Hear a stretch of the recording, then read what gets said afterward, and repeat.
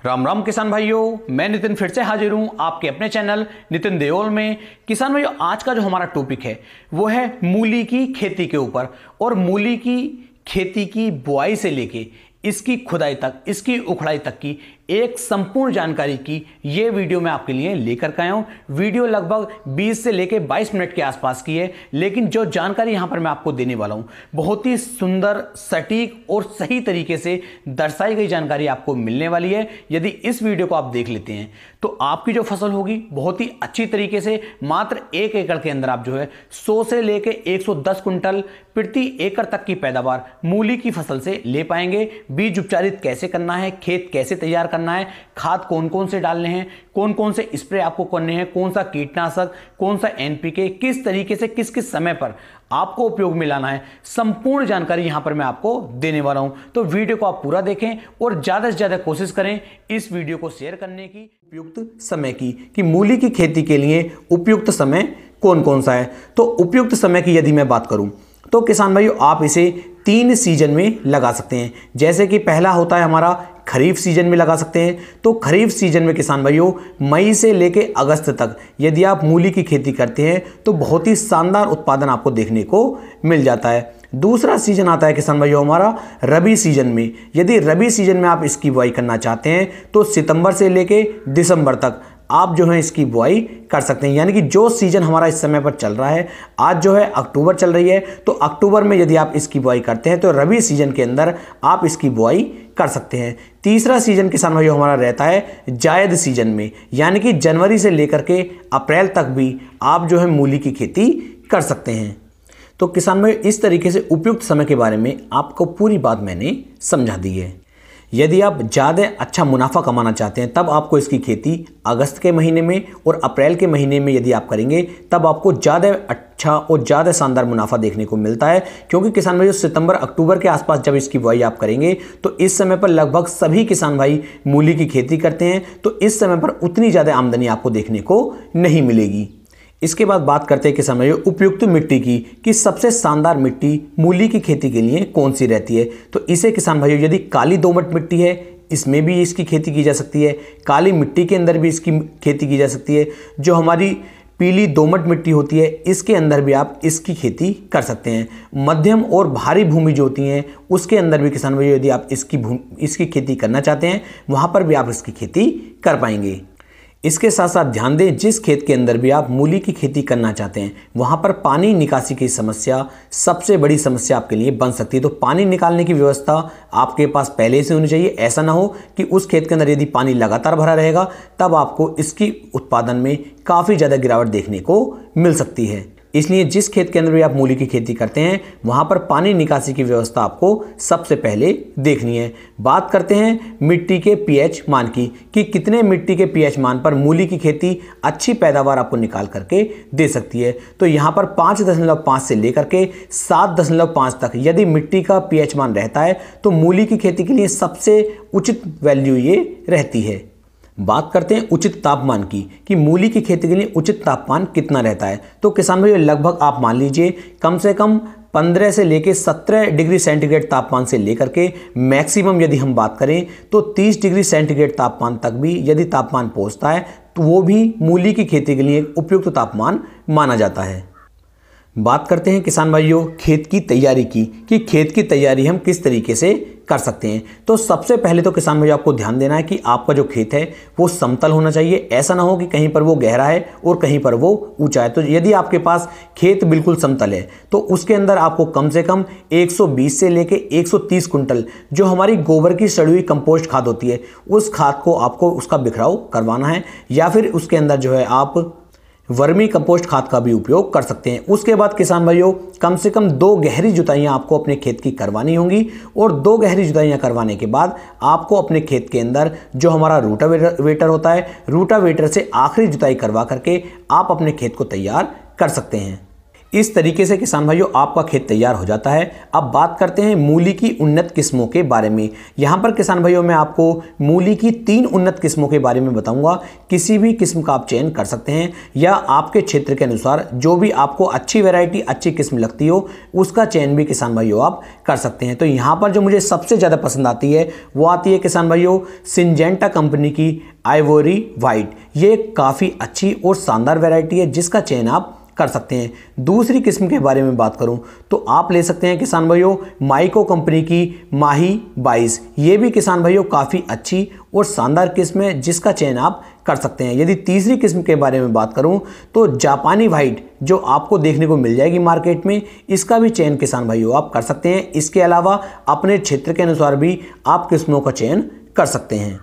अब किसान भाई जो आपको उन्नत किस्में थी वो आपने चयन कर ली। अब सबसे पहले जो बात आती है वो बात आती है कितने बीज की आवश्यकता पड़ेगी, यानी कि 1 एकड़ खेत के अंदर जो वैरायटी हम ले रहे हैं इनमें से किसी भी वैरायटी का यदि हम चयन करेंगे तो 1 एकड़ के अंदर हमें बीज की आवश्यकता कितनी पड़ती है।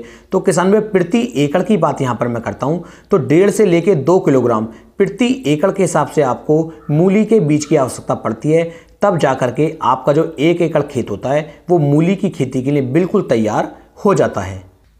अब किसान भाइयों बात कर लेते हैं बीज उपचार की कि मूली के जो हमारे बीज हैं इन्हें हम किस तरीके से उपचारित करते हैं। यदि किसान भाइयों जो बीज है वो आपके घर का बीज है, देसी बीज है, तब आपको इसे जो है बीज उपचारित करना पड़ेगा। इसके लिए किसान भाइयों आप कार्बनडाजिम 12% और मैनकोजैब 63% जो हमारा टेक्निकल आता है फंगीसाइड का, इसे आपको लेना है और इसकी कम से कम 2 ग्राम की मात्रा लेकर के, यानी कि 2 से लेकर 3 ग्राम की मात्रा आप ले सकते हैं और 1 किलोग्राम बीज को आप इसके हिसाब से उपचारित कर सकते हैं। या फिर यदि किसान भाइयों आपने जो है आप हाइब्रिड बीज का चयन किया है तो हाइब्रिड बीज के चयन के लिए जब आप करते हैं तो उसे बीज उपचारित करने की कोई भी आवश्यकता नहीं पड़ती, क्योंकि वो जो बीज है हमारा हाइब्रिड बीज बिल्कुल पहले से ही उपचारित आता है। अब बात करते हैं किसान भाई मूली की खेती हमें किस तरीके से करनी चाहिए। तो मूली की जो खेती आप करेंगे वो आपको बेड पर ही करनी चाहिए। नॉर्मली समतल खेत के अंदर यदि आप मूली की खेती करते हैं तो वो उतना शानदार उत्पादन आपको निकाल करके नहीं दे पाती है। तो बेड बनाकर ही आपको जो है मूली की खेती किसान भाइयों करनी है। अब बात करते हैं कि हमें मूली की खेती जब हम कर रहे हैं उस समय पर शानदार खादों का प्रबंधन हम किस तरीके से कर सकते हैं, कौन कौन से खाद, कौन कौन से उर्वरक हमें मूली की बुआई करते समय उपयोग में लाने चाहिए।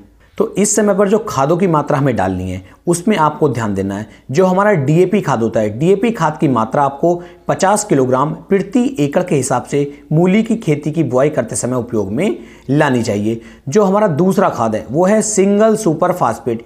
इसकी मात्रा किसान भाइयों आपको 100 किलोग्राम प्रति एकड़ के हिसाब से उपयोग में लानी चाहिए। साथ ही साथ जो हमारी म्यूरेट ऑफ पोटास आती है, पोटास की मात्रा इस समय पर किसान भाइयों आपको 30 किलोग्राम प्रति एकड़ के हिसाब से उपयोग में लाना चाहिए। यहाँ पर हमें किसान भाइयों एक कीटनाशक का उपयोग भी करना है, क्योंकि यदि आप शुरुआत में हमारी फसल के अंदर कीट लग जाते हैं तो हमारी जो पैदावार है वो काफ़ी ज़्यादा कम हो जाती है। तो यदि आप इस समय पर कीटनाशक की बात करें तो आप कार्टेफ हाइड्रोक्लोराइड का उपयोग कर सकते हैं, जिसकी मात्रा 8 से लेकर 10 किलोग्राम प्रति एकड़ के हिसाब से किसान भाइयों आप ले सकते हैं, जो आपको दानेदार के रूप में लेना है। या फिर यदि आप कार्टेफ हाइड्रोक्लोराइड नहीं लेते हैं तो इसकी जगह पर आप रिजेंट भी ले सकते हैं, जो 0.3% ग्रेनुअल दानेदार रूप में आता है। उसकी मात्रा भी आपको 8 से लेकर 10 किलोग्राम प्रति एकड़ के हिसाब से किसान भाइयों लेनी चाहिए। जैसा कि किसान भाइयों मैंने अभी आपको बताया था कि मूली की जो हम खेती करेंगे वो बेड विधि से ही करनी चाहिए। तो इसकी मैं आपको दूरी बता देता हूँ, इसका तरीका बता देता हूँ कि किस तरीके से जो आपको बेड है वो तैयार करना है। तो बेड की जो चौड़ाई आपको लेनी है वो लेनी है किसान भाइयों 2.5 फीट के आसपास, और बेड से बेड की जो दूरी आपकी रहेगी वो भी किसान भाइयों 2.5 फीट के आसपास आपको रखनी चाहिए। साथ ही साथ ध्यान दें बेड की जो ऊंचाई हमें रखनी है वो 1 फीट के आसपास बेड की ऊंचाई रखनी चाहिए। यदि आप ऐसा करते हैं तो मूली का जो साइज आएगा वो बहुत ही शानदार आएगा। मूली अच्छी तरीके से लंबी होगी, शानदार रहेगी और उसके ऊपर चमक भी बनी रहेगी, जो आपको एक अच्छा उत्पादन निकाल करके दे सकती है। इसलिए बिल्कुल प्रॉपर तरीके से बेड को तैयार करके तभी आपको मूली की खेती करनी चाहिए। जैसा कि हम बात कर रहे थे तो बेड जो रहेगा वो हमारा 2.5 फीट चौड़ा रहेगा। तो एक बेड में किसान भाइयों आपको कम से कम 4 लाइनें आपको जो है मूली की बनानी है, जिसमें बीज से बीज की जो दूरी आपको रखनी है वो रखनी है किसान भाइयों लगभग 5 सेंटीमीटर के आसपास, और बीज की जो गहराई आप रखेंगे वो रखेंगे किसान भाइयों लगभग 1.5 सेंटीमीटर के आसपास। यदि आप इस तरीके से चलते हैं तो बहुत ही अच्छी पैदावार मूली आपको निकाल करके देने वाली है। इसकी जो बुआई आप करेंगे या तो आप अपने हाथ के द्वारा भी इसकी बुआई कर सकते हैं, लेकिन जो दूरी बताई गई है इसी दूरी के अनुसार आप चलेंगे तब आपको बेहतर परिणाम देखने को मिलेंगे। या फिर आप सीड ड्रिल मशीन के द्वारा भी इस बुआई को कर सकते हैं, लेकिन तरीका यही है कि दूरी आप बिल्कुल भी ज़्यादा या कम ना करें। इस तरीके से किसान भाइयों आप अच्छी तरीके से समझ गए होंगे कि एक बेड पर आपको 4 लाइनें बना करके उस पर मूली की खेती किस तरीके से आप करेंगे। अब बात करते हैं, अब किसान भाइयों बात कर लेते हैं सिंचाई की, कि मूली की खेती के लिए हमारे सिंचाई की सबसे अच्छी व्यवस्था क्या है। तो ड्रिप इरिगेशन से यदि आप इसकी तैयारी करते हैं, ड्रिप इरिगेशन से किसान भाइयों आप जो है इसकी सिंचाई करते हैं तो ये शानदार पैदावार आपको निकाल करके दे सकती है। यदि खरीफ के सीजन की बात करूं तो किसान भाइयों आवश्यकता के अनुसार जिस समय पर आपको ज़रूरत पड़े उस समय पर ही आपको जो है इसकी सिंचाई करनी है। और जब आप ड्रिप विधि से सिंचाई करते हैं तो 3 से लेकर 4 दिन के अंतर पर किसान भाइयों आप जो है इसकी सिंचाई कर सकते हैं। हल्की हल्की सी नमी जो है आप अपने खेत के अंदर बना करके रखेंगे तो ये और भी अच्छी पैदावार आपको निकाल करके देगा। तो सिंचाई का आपको बेहतर ध्यान देना है कि किसान भाइयों खेत के अंदर नमी नहीं टूटनी चाहिए। यदि नमी टूट जाती है, हमारी जो मिट्टी है वो सख्त हो जाती है, तो उतनी अच्छी पैदावार हमें मूली निकाल करके नहीं दे पाएगी। तो नमी का आपको यहाँ पर खासा ध्यान रखना है। अब बात करते हैं किसान भाइयों खरपतवार नियंत्रण की, क्योंकि सबसे बड़ी जो समस्या आएगी वो आएगी खरपतवार की, कि हमारी फसल के अंदर जो है खरपतवार बहुत तेज़ी के साथ उग करके आते हैं। तो यहाँ पर आपको मैं एक स्प्रे बता रहा हूँ जिसका नाम है पेंडिमेथ्रिन। 30% EC फार्मूलेशन के साथ ही आपको देखने को मिल जाता है। इसकी मात्रा आपको लगभग 800 ml प्रति एकड़ के हिसाब से लेनी होगी और लगभग 160 से लेकर 180 लीटर पानी के अंदर आप इसे मिला करके मूली की खेती की बुआई के लगभग 4 से लेकर 6 घंटे के अंदर अंदर आपको इसका स्प्रे अपने पूरे खेत के ऊपर कर देना है। इससे किसी भी तरह का कोई भी खरपतवार आपके खेत के अंदर किसान भाइयों उग करके नहीं आएगा। लेकिन यहाँ पर आपको कोशिश करनी है कि यदि आपके पास मजदूरों की व्यवस्था है, आपके पास मजदूर हैं, तो किसान भाइयों आप अपने खेत के अंदर बिल्कुल भी स्प्रे ना करें और आपकी जो मूली की खेती है उसके अंदर जितने भी खरपतवार उकर के आते हैं उन्हें निराई गुड़ाई की सहायता से यदि आप निकालेंगे तो आपको ज़्यादा अच्छे परिणाम देखने को मिलेंगे, क्योंकि स्प्रे करने से हमारी जो फसल है वो पीली भी किसान भाइयों पड़ती है। तो अगर आपके पास मजदूरों की व्यवस्था नहीं है, उसी कंडीशन में आपको पेंडिमेथ्रिन 30% EC का उपयोग अपनी मूली की फसल के अंदर बुआई से लगभग 4 से लेकर 6 घंटे के अंदर करना चाहिए। अब बात करते हैं हमें मूली की फसल के ऊपर कौन कौन से स्प्रे किस किस समय पर करनी चाहिए जिससे कि हमें ज़्यादा पैदावार देखने को मिल सके, क्योंकि किसान में मूली की खेती के ऊपर कीटों का अटैक काफ़ी ज़्यादा देखने को मिलता है। तो कौन कौन से कीटनाशकों का आप उपयोग कर सकते हैं, कौन कौन से फंगीसाइडों का आप उपयोग कर सकते हैं, वो भी मैं आगे आपको बता रहा हूँ। तो वीडियो में लगातार बने रहें। सबसे ज़्यादा जो अटैक आपको मूली की खेती के ऊपर कीटों का देखने को मिलेगा तो एफिड का अटैक ज़्यादा देखने को मिलता है, जैसिड का अटैक आपको ज़्यादातर देखने को मिलेगा, थ्रिप्स का अटैक भी आपको इसके ऊपर काफ़ी ज़्यादा देखने को मिलेगा, रस्ट भी इसके ऊपर काफ़ी ज़्यादा लगती है, अर्ली ब्लाइट भी इसके ऊपर आपको काफ़ी ज़्यादा देखने को मिल जाएगी, एंथ्रेक्नोज का असर भी इसके ऊपर आपको देखने को मिल जाता है। इसके साथ साथ किसान में जो वाइट ग्रफ होती है यानी कि सफ़ेद गिंडार होती है, इसका असर भी आपको गेहूँ अपनी जो हमारी मूली की फसल है इसके अंदर काफ़ी ज़्यादा देखने को मिलता है। जड़ सड़ गलन की समस्या भी किसान भाइयों मूली की खेती के अंदर आपको देखने को मिल जाएगी। इसके साथ साथ और भी अन्य बहुत सारे कीट जो हैं हमारी मूली की फसल के ऊपर लग जाते हैं, लेकिन जिन स्प्रे के बारे में आज आपको बता रहा हूं, इन स्प्रे का यदि आप उपयोग करेंगे तो आपकी जो मूली की फसल होगी ये काफ़ी हद तक किसान भाइयों आप ऐसे मान लीजिए 99% तक आपकी फसल के अंदर किसी भी तरह के कीट का या रोगों का अटैक नहीं हो पाएगा।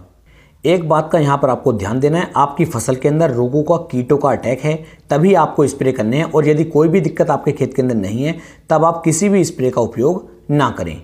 तो पहला जो स्प्रे आपको करना है वो आपको किसान भाइयों जब आपकी मूली की फसल लगभग 25 दिन के आसपास की हो जाती है तब आपको पहला स्प्रे अपनी मूली की फसल के ऊपर करना चाहिए। तो पहले स्प्रे के रूप में जो किसान भाइयों आपको कीटनाशक लेना है वो लेना है किसान भाइयों बायर कंपनी का सोलोमन कीटनाशक। इसकी जो मात्रा आप लेंगे वो 10 ml की मात्रा आपको 15 से जो 16 लीटर वाला हमारा पंप होता है उसके अंदर आपको 10 ml की मात्रा बायर के सोलोमन कीटनाशक की लेनी होगी। इसके साथ साथ किसान भाइयों आपको जो इसके अंदर दूसरा वाला हमारा फार्मूला लेना है वो लेना है किसान भाइयों पोषक सुपर स्टार। पोषक सुपर आपको नहीं लेना है, ये आप ध्यान दें। कृषि रसायन का पोषक सुपर स्टार आपको लेना है और इसकी जो मात्रा आप लेंगे वो लेंगे 20 ml प्रति 16 लीटर वाले पंप के अंदर। साथ ही साथ किसान भाइयों यहाँ पर आपको एक फंगीसाइड का उपयोग भी करना होगा। फंगीसाइड के रूप में किसान भाइयों आपको जो लेना है वो लेना है मैनकोजैब 75% में आपको लेना है और इसकी मात्रा आप 35 ग्राम लेनी है। इन तीनों को आपको लेकर के 15 से 16 लीटर वाला जो हमारा पंप होता है उसके अंदर आपको डालना है और तब आप इसका स्प्रे करेंगे तो ये शानदार तरीके से आपकी फसल को कीटों से बचा करके चलेगा, फंगस से बचा करके चलेगा और आपकी फसल की जो ग्रोथ है वो भी अच्छी तरीके से किसान भाइयों आपको देखने को मिल जाएगी। अब बात करते हैं किसान भाइयों दूसरे स्प्रे की कि दूसरा स्प्रे हमें कब करना चाहिए। तो दूसरा स्प्रे आपको जब हमारी मूली की फसल लगभग 40 दिन के आसपास की हो जाती है तब हमें दूसरा स्प्रे करना चाहिए। इस समय पर किसान भाइयों आपको जो फंगीसाइड लेना है, फंगीसाइड किसान भाइयों आपको लेना है, यहाँ पर जो आप फंगीसाइड ले रहे हैं वो आपको लेना है किसान भाइयों रेडोमिल गोल्ड, यानी कि सिंजेंटा कंपनी का जो रेडोमिल गोल्ड आता है इस फंगीसाइड का आप यहाँ पर उपयोग कर सकते हैं और इसकी मात्रा आपको 13 से लेके 15 ग्राम प्रति 16 लीटर वाला जो हमारा पंप होता है उसके अंदर आपको इसके डाल करके इसका स्प्रे आप कर सकते हैं। साथ ही साथ किसान भाइयों यहाँ पर जो आपको कीटनाशक का उपयोग करना है, यहाँ पर आप कीटनाशक का उपयोग कर सकते हैं इफ्को कंपनी की सीरासाकी या फिर किसान भाइयों आप जो है पुलिस इंसेक्टिसाइड का उपयोग भी कर सकते हैं जिसके अंदर आपको फिप्रोनिल और इमिडाक्लोप्रिड दोनों टेक्निकल देखने को मिल जाते हैं, क्योंकि इस समय पर हमारी फसल के अंदर रस चूसक कीटों का भी काफ़ी ज़्यादा अटैक देखने को मिलेगा, वाइट ग्रब का भी अटैक देखने को मिलता है। तो ये एक ऐसा टेक्निकल है, इसका उपयोग यदि हम यहाँ पर करते हैं तो ये सभी तरह के कीटकों से हमारी फसल को बचा सकता है और इसकी जो मात्रा आप यहाँ पर लेंगे वो 100 ग्राम प्रति एकड़ के हिसाब से किसान भाइयों आपको लेनी है, यानी कि प्रति पंप की बात करूँ तो 10 से लेकर 12 ग्राम के आसपास आपको जो है इसकी मात्रा 16 लीटर वाले टैंक के अंदर डाल करके इसका स्प्रे आप करेंगे तो ये शानदार रिजल्ट यहां पर निकाल करके देगा।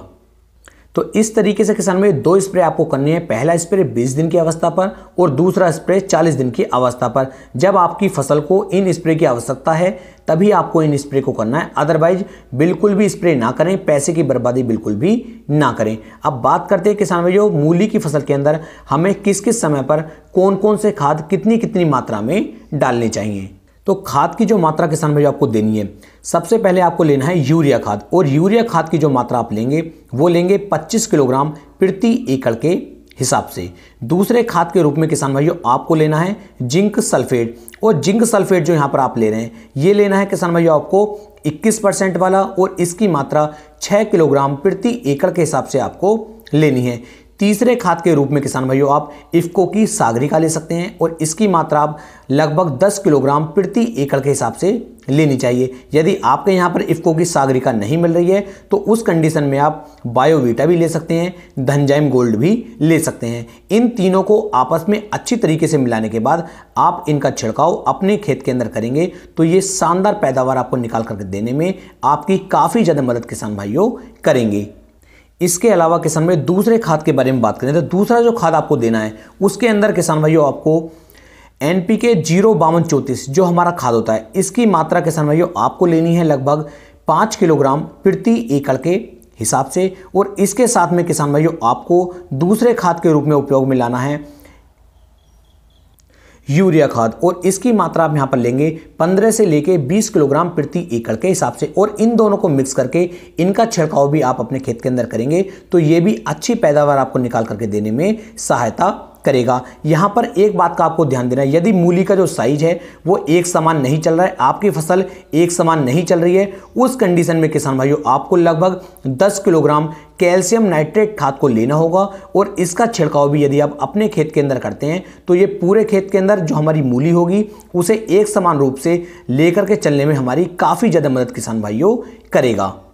इसके साथ साथ किसान भाई जो किसान भाई हमारी ड्रिप इरिगेशन से हमारी जो है खेती कर रहे हैं, ड्रिप के द्वारा तैयारी कर रहे हैं, उन किसान भाइयों को जो है यहाँ पर दूसरे तरीके से चलना होगा। उन किसान भाइयों को क्या करना है कि किसान भाइयों NPK 05234 की मात्रा आपको लेनी है 3 किलोग्राम प्रति एकड़ के हिसाब से और इसे जो है आज आपको ड्रिप इरिगेशन से चला देना है। उसके लगभग 3 से लेकर 4 दिन के बाद NPK 0050 की भी आपको 3 किलोग्राम की मात्रा लेनी होगी और उसे भी आपको ड्रिप इरिगेशन में चला देना है और उसके फिर 4 दिन के बाद आप किसान भाइयों NPK 13-045 की मात्रा भी आपको 3 किलोग्राम लेनी है और इसे भी आप ड्रिप के द्वारा चला सकते हैं। तो इस तरीके से 3-3, 4-4 दिन के अंतर से आप अपनी फसल के अंदर NPK वाले जो हमारे फार्मूले होते हैं इनका उपयोग कर सकते हैं, जिससे कि काफ़ी अच्छी पैदावार आपको देखने को मिल जाए। बात करें किसान भाइयों उत्पादन की, इस तरीके से यदि आप मूली की खेती करते हैं तो आपको प्रति एकड़ जो बेड वाला हमने तरीका बताया, यानी कि 2.5 फीट की बेड आपने बना करके 4 रो उसके ऊपर बनाई और इस पर यदि आप इसका उत्पादन देखना चाहते हैं तो लगभग 100 कुंटल प्रति एकड़ तक की पैदावार आपको मूली की फसल निकाल करके दे सकती है।